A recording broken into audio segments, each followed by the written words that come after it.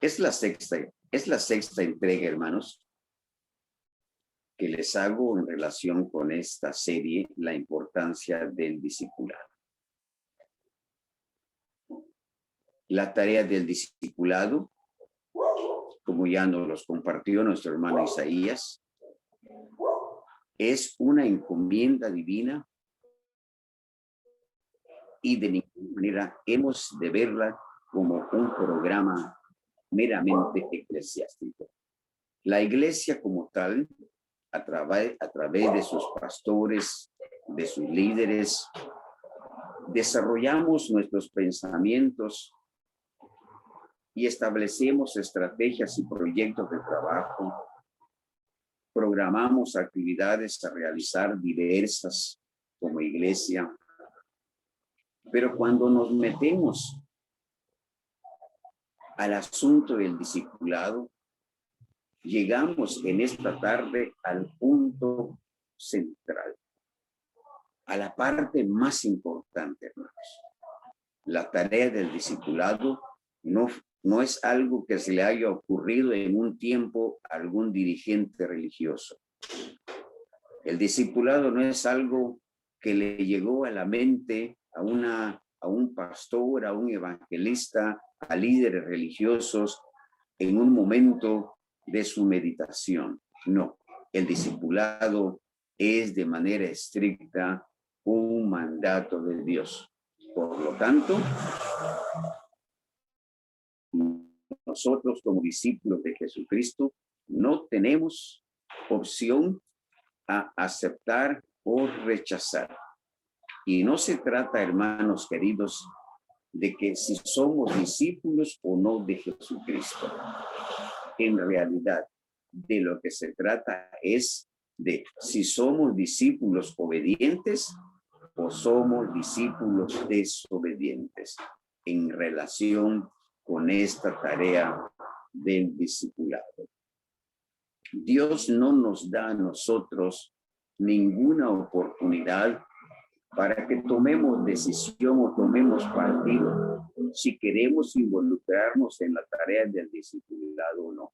Aunque créanme que de manera consciente la iglesia a través de los siglos y hasta el día de hoy se ha tomado esa atribución que no le corresponde. Muchos cristianos, muchos seguidores de Jesús temerariamente toman la decisión de no involucrarse en la tarea del discipulado, de no meterse de lleno a este ministerio que Jesús mandató a sus discípulos.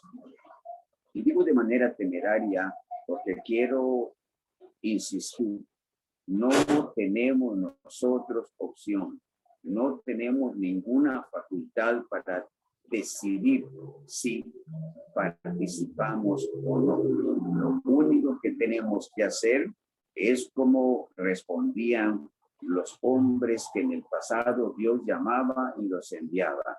Heme aquí, Señor, envíame a mí. Esa es toda la respuesta que nosotros, los discípulos de Jesús en este siglo XXI, debemos exponer ante el trono de la gracia de nuestro buen Dios, porque no es una invención humana el discipulado, sino es una encomienda divina, un mandato divino. En los pasajes que leímos, en la segunda carta de Timoteo, capítulo 2, y en San Juan, capítulo 4, encontramos ahí, ¿sí? En la carta a Timoteo, encontramos a un maestro y a un alumno. Pablo, el maestro, Timoteo, el alumno. Pablo, el discipulador, Timoteo, el discípulo. Y el propósito de Pablo es llevar a Timoteo de la mano con dedicación, con empeño, para que él entienda de manera correcta lo que es esta tarea del discipulado como una encomienda de parte de Dios y no de parte de hombre alguno, hasta hacer de él un multiplicador de discípulos.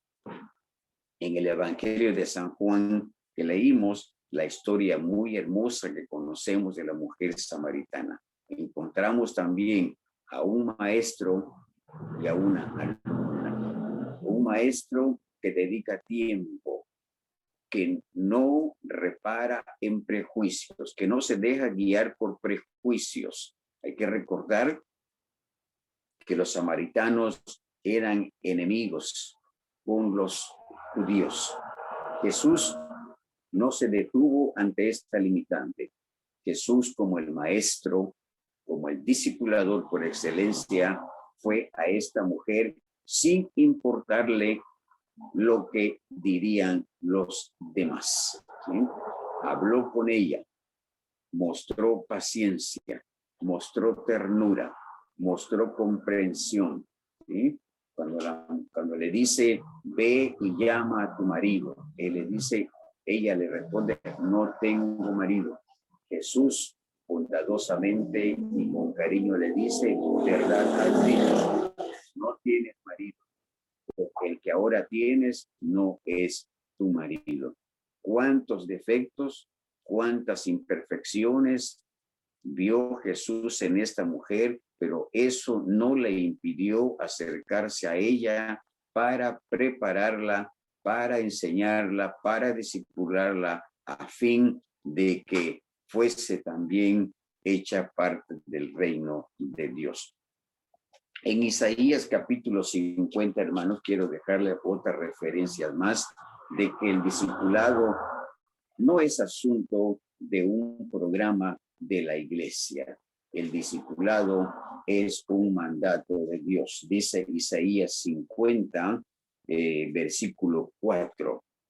Jehová el Señor me dio lengua de sabios. Jehová el Señor, es decir, el Señor Todopoderoso me dio lengua de sabios para saber hablar palabras al cansado. Allí está también la esencia del discipulado. Es Dios quien pone las palabras en la boca de sus discípulos para enseñar, para acompañar, para sentir compasión y empatía, para acompañar a aquel que está perdido a fin de hacerlo discípulo de Jesucristo, y en ese acompañamiento intenso, profundo, constante, llegar a ser de esa persona un multiplicador del Evangelio de Jesucristo.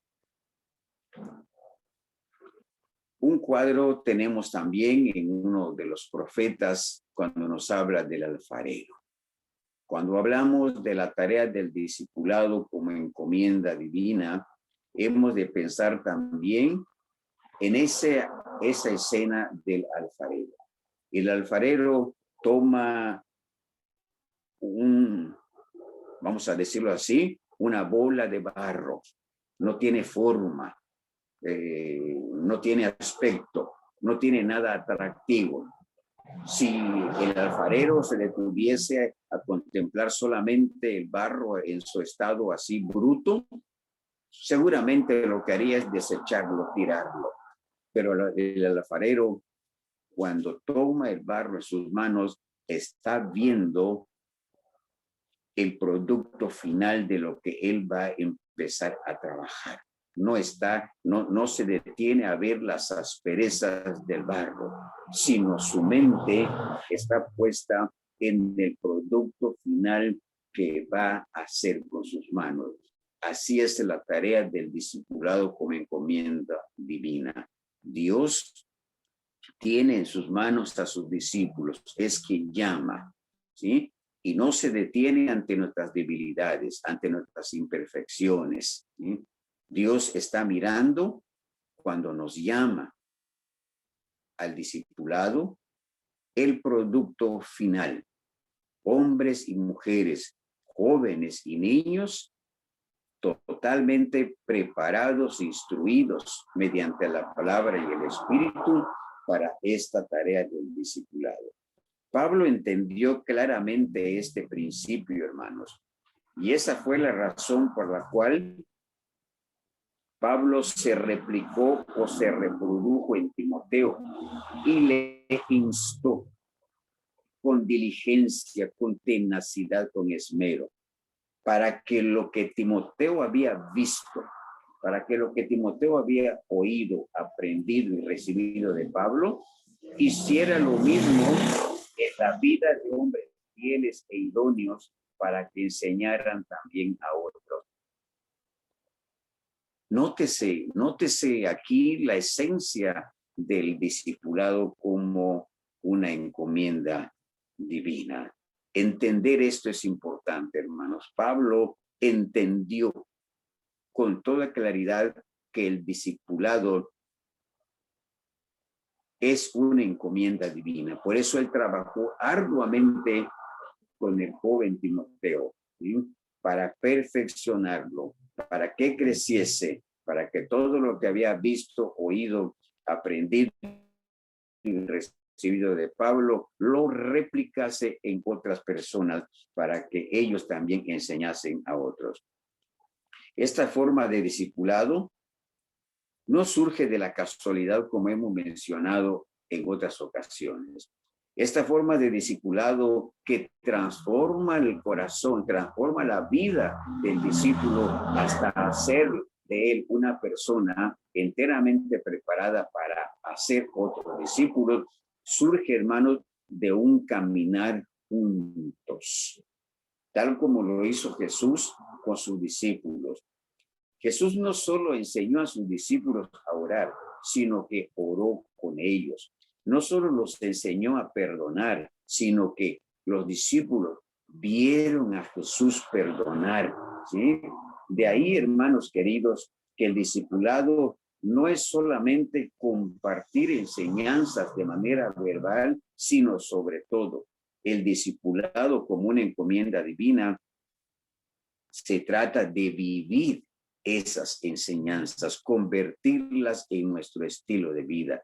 Por eso, en un tiempo en el cual nosotros vivimos, donde abunda la superficialidad, donde abunda la religiosidad, donde abunda la apariencia de piedad, el mundo de hoy está necesitando el ejemplo vivo, el ejemplo palpable de vidas transformadas. El mundo no está necesitando de la última novedad de asuntos religiosos o espirituales. El mundo no está necesitando del último grito de la religiosidad.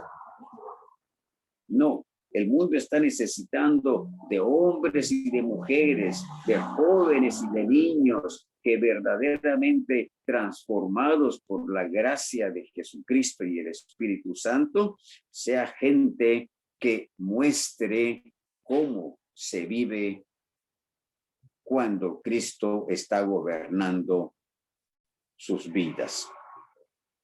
La experiencia nos dice que no es fácil caminar con otros. Sí, no es fácil caminar con otros hermanos. Por ejemplo, que pondremos como comparación el noviazgo y el matrimonio. En el noviazgo es una etapa generalmente hermosa. Se encuentran los novios un momento, pasean, caminan, se divierten, se contemplan. Es un poco de tiempo y luego se separan y cada quien se va a su casa. Él solamente ve en ella virtudes y ella solamente ve en él también virtudes. Pero eso cambia cuando deciden unir sus vidas y entrar en el matrimonio. Cuando entonces empieza la convivencia constante durante los días completos.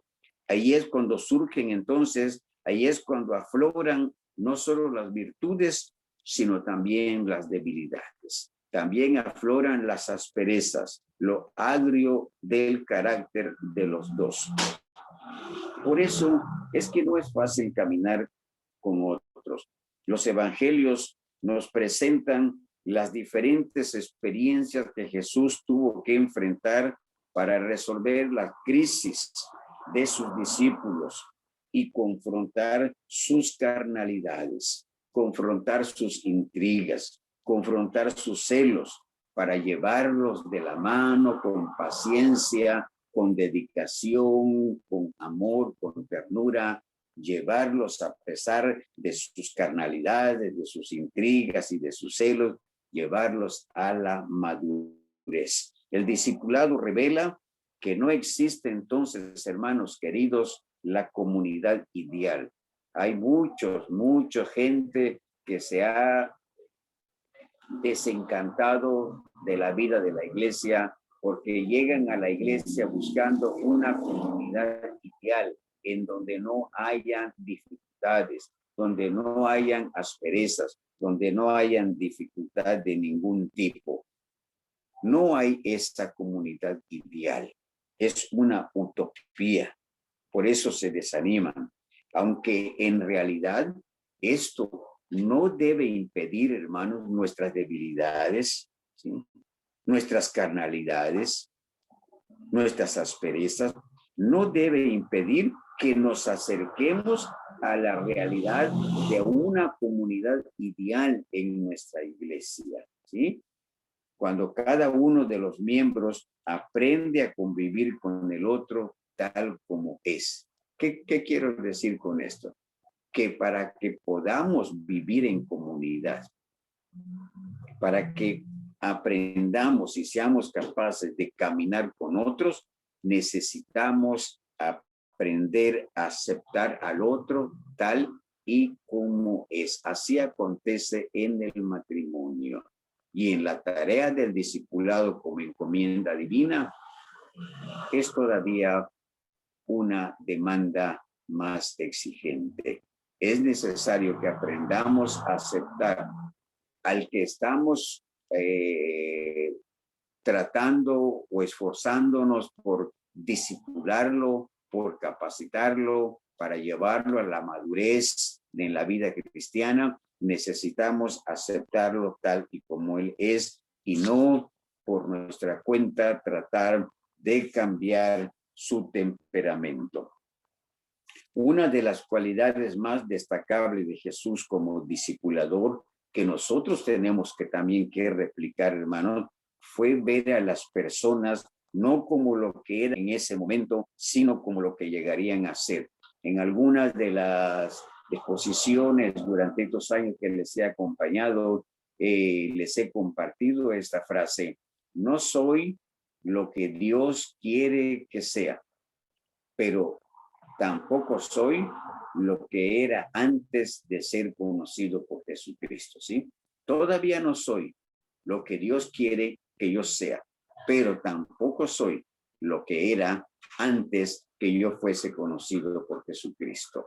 Esto es muy importante que tengamos presente como visión espiritual para que seamos capaces de aceptarnos unos a los otros tal cual somos y podamos contribuir en Cristo con su palabra y con el Espíritu para la enseñanza, para el acompañamiento de otras personas a fin de que también lleguen a ser discípulos que rindan frutos para gloria de Dios. Nuestro Señor Jesucristo, al escoger a sus 12 primeros seguidores, les dijo que Él haría de ellos pescadores de hombres. ¿Sí recuerdan? Sígueme y yo haré de ti pescadores de hombres, ¿sí?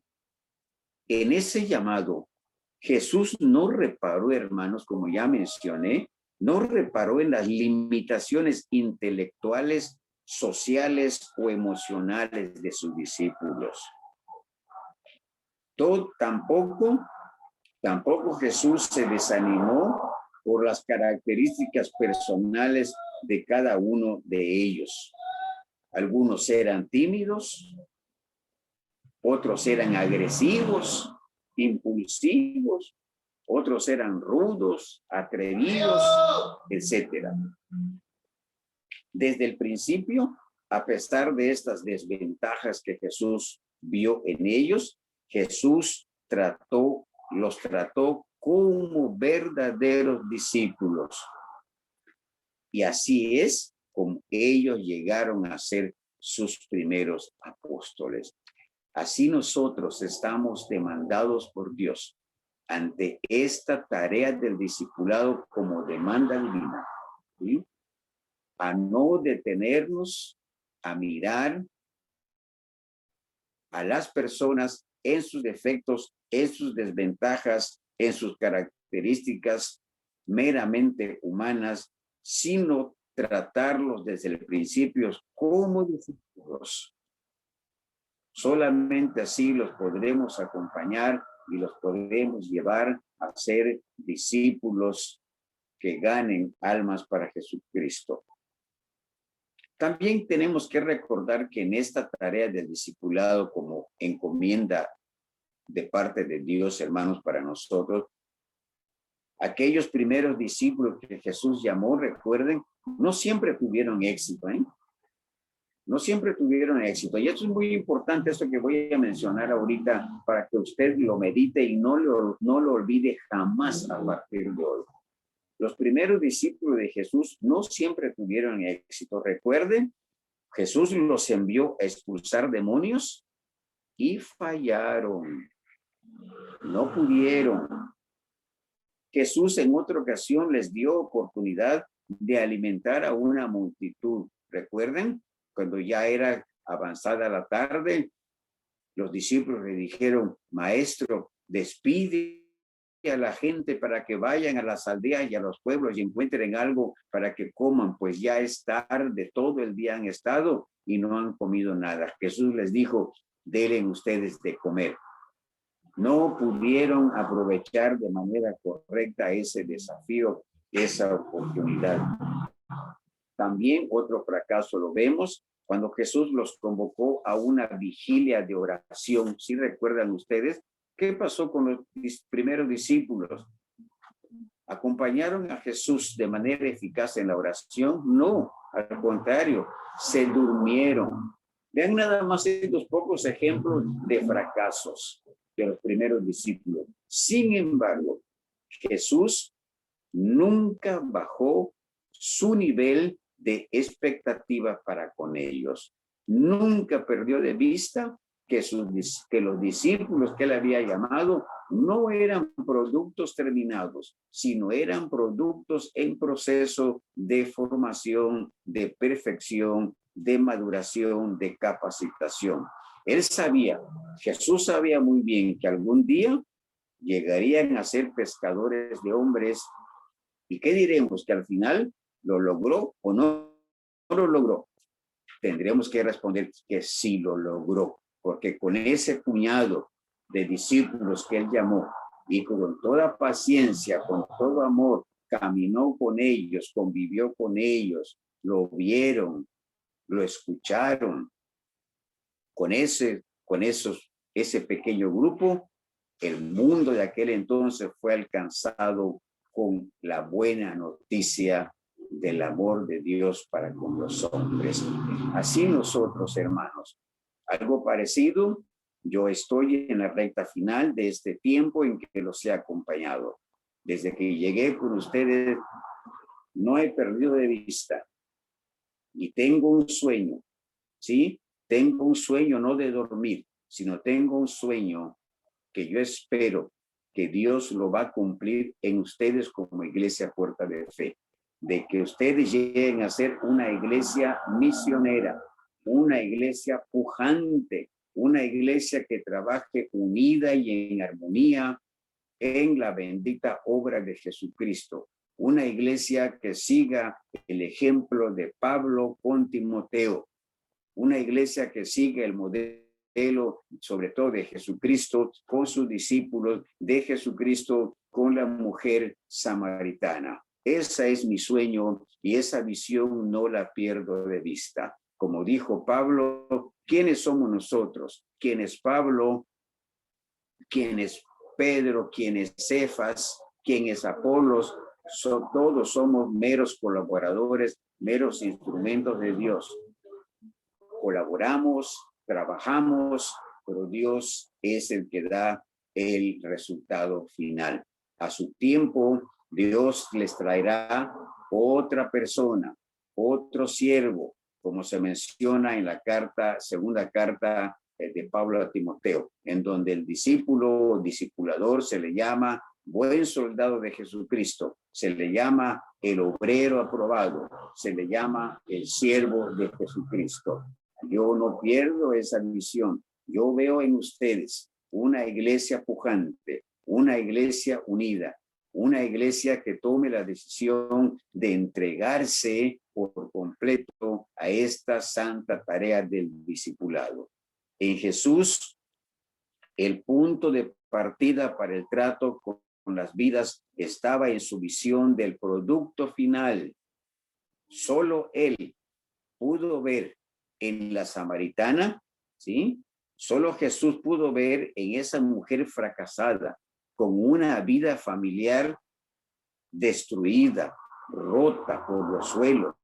Solamente Jesús pudo ver en esa mujer a la primera misionera que fue a los samaritanos.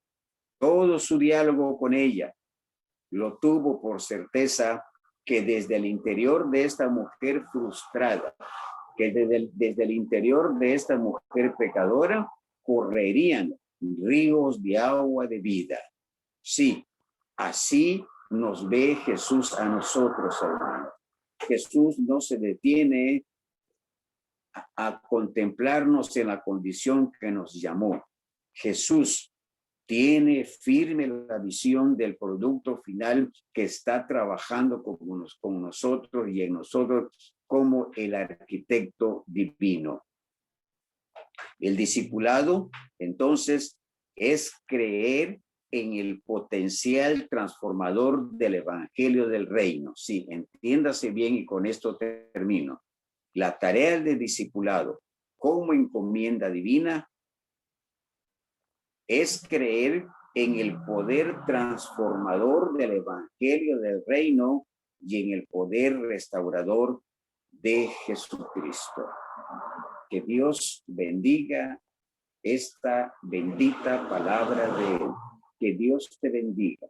Dios bendiga a nuestros niños, a nuestros jóvenes, y que entendamos con toda claridad, así como Pablo entendió, que la tarea del discipulado no es un programa eclesiástico, no es un programa de alguna iglesia en particular, no, es un mandato de Dios que todo discípulo debe abrazar con alegría y con toda determinación. Oremos. Padre Dios, muchas gracias porque nos has dado esta bendición de colaborar contigo para que tu reino siga extendiéndose aquí en la tierra, a fin de que aquellos que has elegido eternamente para salvación, pero que aún están fuera de tu redil, que aún están esclavizados por las cadenas de la carne y del pecado, sean traídos a la luz admirable de Jesucristo por medio de los discípulos que forman parte de esta iglesia local Puerta de Fe. Cumple, Señor, tu propósito en la vida de esta pequeña comunidad de fe. Te lo ruego para tu gloria en Cristo Jesús. Amén.